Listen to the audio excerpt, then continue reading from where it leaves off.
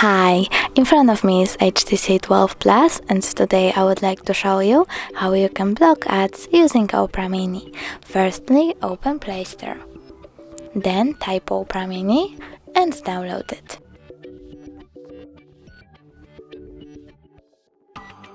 Now open it.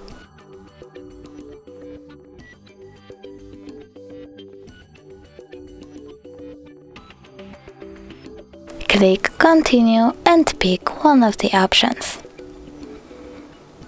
Adblock is now on. You can check it out by going into any website, for example that one.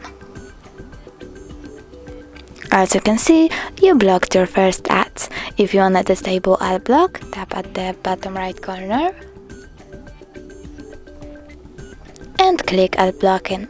Adblock is now off. You can turn it back on the same way. Thanks so much for watching. If you enjoyed this video, don't forget to leave a like, comment and subscribe. Bye!